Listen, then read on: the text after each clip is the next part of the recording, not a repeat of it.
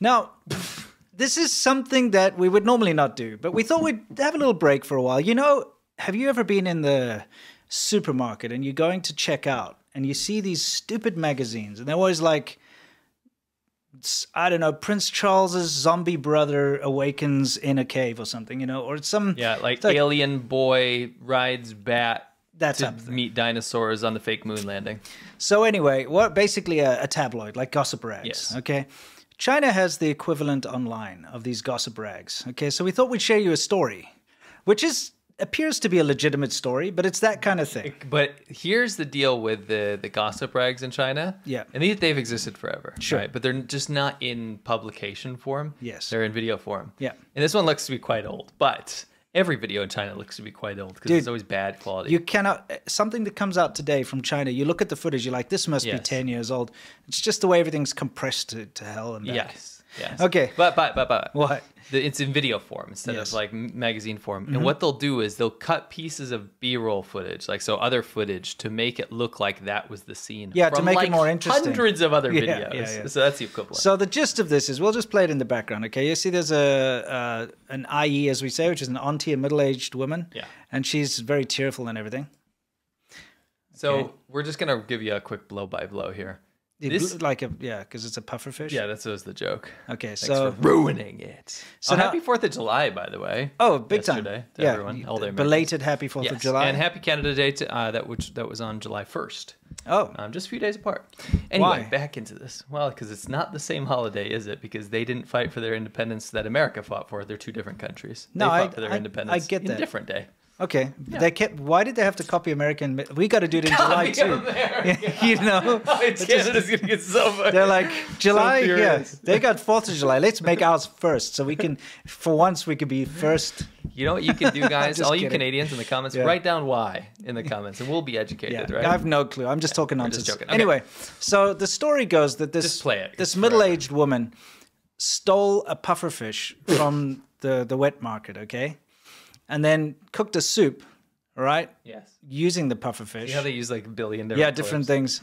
And then fed it to her grandson, who then died of poison, because you shouldn't be eating that. Yeah. And now the thing that's all salacious about this is that she's now suing the place that she stole the pufferfish from. Mm-hmm. Because this is the story. Because, this is at least what the post is explaining. Yes, this is what this video in the background is explaining. Yeah. So this is your gossip rag nonsense. Whether it's real or not, I mean, it's probably real. Yeah, I mean, sure. It's probably It could real. happen. Here's why I'm skeptical. Why? I have been fishing a few times in China, right? Yeah. In the ocean. Yes. And I have seen what they pull up. They pull up everything. The way they fish in China is wild. They will literally just dredge stuff. Yeah, every single thing. And you will see jellyfish like this size and all kinds of weird animals that will just die on the beach or whatever, right? Mm-hmm. But what happens is when people are line fishing, like shore fishing, they'll pull out pufferfish, and every single time without fail, that I saw someone pull up a pufferfish, a fisherman, they threw it back. Every single time, because yodu has poison. Right? Exactly. I'm talking about fishermen that are taking your catch and then going to cook it, so anything's a profit. Yeah. Right? Well, I mean, we're seeing enough footage here of them playing around with them, so maybe someone just was using it as like a toy. Maybe. Oh, you put this in there? Yeah, that's later. Okay. So maybe if someone was just playing around with it, kept it in the basket or kept it at the wet market, and so she stole it. No, so my counter to this, of how I'm not skeptical, because I'm an unskeptic myself. Okay. I have seen them for sale in Chinese wet markets. And absolutely they'll be sale for TCM and stuff like that. There'll be some traditional Chinese medicine use. And another thing, because I love animals and fish and things like this, not all pufferfish are venomous. This is a wide misconception. In fact, most of them are not. Sure. Right? Anyway. So that's the weird gossip story. So she stole a pufferfish, made a soup, family members died. Now she's trying to sue the people she stole the pufferfish from. And again, we are not presenting this particular story as news. No, this is just a fun little... This is just I say fun. It's not really fun. This is just an interesting look into the gossip rag type stuff that goes around in China. That's a cute little guy. Yeah, it is. It looks very They're cute. very personal, but if you keep them in the aquarium hobby, they're incredibly intelligent. They really? bond with their owner. Yeah, it's really cool. OpenAI apparently is pulling out of China, which is a cause of huge debate because it might cause a lot of Chinese startups to fall off the wayside and then actually make some of the more powerful Chinese startups consume them and get more powerful. Some people are saying, well, actually, this is going to prevent China from using OpenAI technology for nefarious purposes. So there's like two sides of the coin. Interesting article. You can check it out. Yeah, yeah.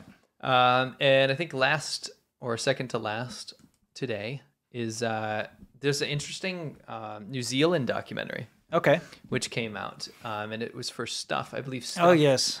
Stuff Circuit investigation reveals decades of foreign interference by China and New Zealand. It's nasty stuff. So what is China's response? Because they're told, like, in this article, that China's been doing a lot of interference in New Zealand for many years, which we all know is true, right? Yes. What is China's response? What would you do if you wanted to prove that you're not doing any foreign interference?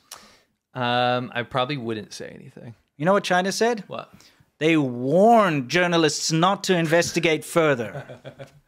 They're like, they hit back. They say, there's no foreign interference and you better not investigate further. Don't figure it out. Isn't that just... Don't keep figuring it out. Isn't that foreign interference? Yeah. Telling journalists in another country that they're not allowed to investigate? In their own country. Yes. Yes. Telling a journalist in their own country, don't investigate further. I'm warning you. Don't do it. Warning you. How do you get away with that? And how is that not foreign interference? That is literally the definition. Yes. The Embassy of China set out against Stuff's Circuit for its investigation into foreign interference. The embassy warned that New Zealand's interests could be harmed if the narrative of foreign interference continued. Is that not a threat? That's a threat. That's foreign interference. That is foreign interference. A Stuff spokesperson said the news company stood by its reporting because it's probably not. It's probably real. It is real. It's investigation. 100% real. Yeah. Yeah. Anyway, just a little bit of a look into the mindset of the Chinese government. As usual, Yes. just a bunch of bellends, really.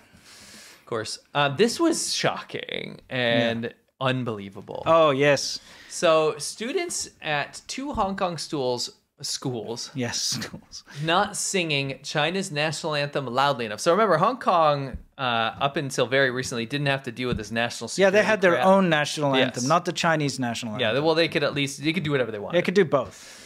But China now says you have to sing China's national anthem, and they go and send inspectors around. Imagine being so insecure that you go to one of your extra territories and make sure that all those schools are singing the Chinese national anthem. And not just singing it has to be loud enough. It has to be loud enough, right? It says teachers were advised to give reminders and help students develop a habit of singing the national anthem loudly, according to a report based on inspections conducted at a secondary school in Sunwan. But my favorite part is the next slide. Yes. Okay. You want to know why? You have to brace Do you want to yourself. know why the students weren't singing very loudly? Do you want to know why? You ready We'll for tell this, you guys? Caritas Resurrection School, a special needs school for children with moderate intellectual disabilities, was said to be lagging behind in implementing national security education. So they were singing softly because they're moderate intellectually disabled they're people. special needs, intellectually disabled children. Yes. And that's why they were singing softer. Yes. Because they probably can't even say words properly. Right. Because they have moderate intellectual They have disability. intellectual disabilities. Yes. And that's what they're complaining about. I mean, Are this they is like for real? this is the government we're dealing with here. Are they for real, though? They're for real. They are sending investigators in To China's special needs schools. to special needs school and say you're not loud enough. You're lagging behind. Yes. Don't do this again. Yes, you're not singing the national anthem loudly enough. Oh, wow. Stupid idiots. It's just no... Yeah, they're just idiots. My favorite part about this is that there was no repeal. Yes. There wasn't like, this is like, imagine this. Like, I'm an inspector. I go, they're not loud enough. And I look around and I go, wait a minute, I think these people are intellectually disabled. That's probably why they can't do it. They didn't go, oh, we're so sorry. We'll check a different school. You guys, carry on. We apologize. No, it was just reported that they were bad. Yeah, reported. Had the school name and everything. Yes. Ridiculous. No, you're bad. Yeah. You're lagging behind national security education. You're bad. Yeah, exactly. Oh, wow. Anyway, that's the Chinese government for you. In a rare rebuke, U.S. Ambassador, so this is Nicholas Burns, right, accuses China of undermining diplomacy. Beijing has been stirring up anti-American sentiment and preventing people from attending embassy events, Nicholas Burns says in an interview. Yeah. It's very interesting. We're finally seeing, like, the ambassador, well, he's actually been quite critical for a while, but the ambassador being very upfront about how bad China's behaving at a governmental level. Says, I've been concerned for my 2+ years here about the very aggressive Chinese government efforts to denigrate America, to tell a distorted story about American society, American history, American policy. It happens every day on all the networks available to the government here. There's a high degree of anti-Americanism online. Yes. And we're seeing that too. Yeah, it's true. And it's something that's always frustrated the hell out of us when we're being told when we were living in China that foreigners are spies, American spies and things, and like report your foreign teacher. And then at the same time, they're trying to say like, oh, we're cooperating with the West and everything's great, you know? Don't look down on China. We're awesome. Meanwhile, at the same time, they're pushing this xenophobic nonsense all the time. And it's good to see him calling it for what it is, right? Yeah. He's being very honest about it. And I'm very happy about that. They're like sweeping leaves under the tree, but they're not doing anything. And then there's a guy pressure hosing propaganda posters into a tree. You look at that and you think, oh, it's a brick wall. They drew the bricks. They're fake bricks. What you do is you flatten out the top so it's not going to hurt your mouth. And then you cut it sharp at the bottom so then it's able to pierce the boba top. It's just like, we got to get these packages out. All right, whatever. Get this crap out of here. Classic Chabadul construction here. This is when you buy cheap things online in China. You get Chabadul. This is Chabadul charity. This is Chabadul charity. All chaos breaks loose, right? The bear's going insane. It's getting into a rage. Right? Yes. It wants to F up this peacock, Yeah, right? it doesn't like the peacock. Oops.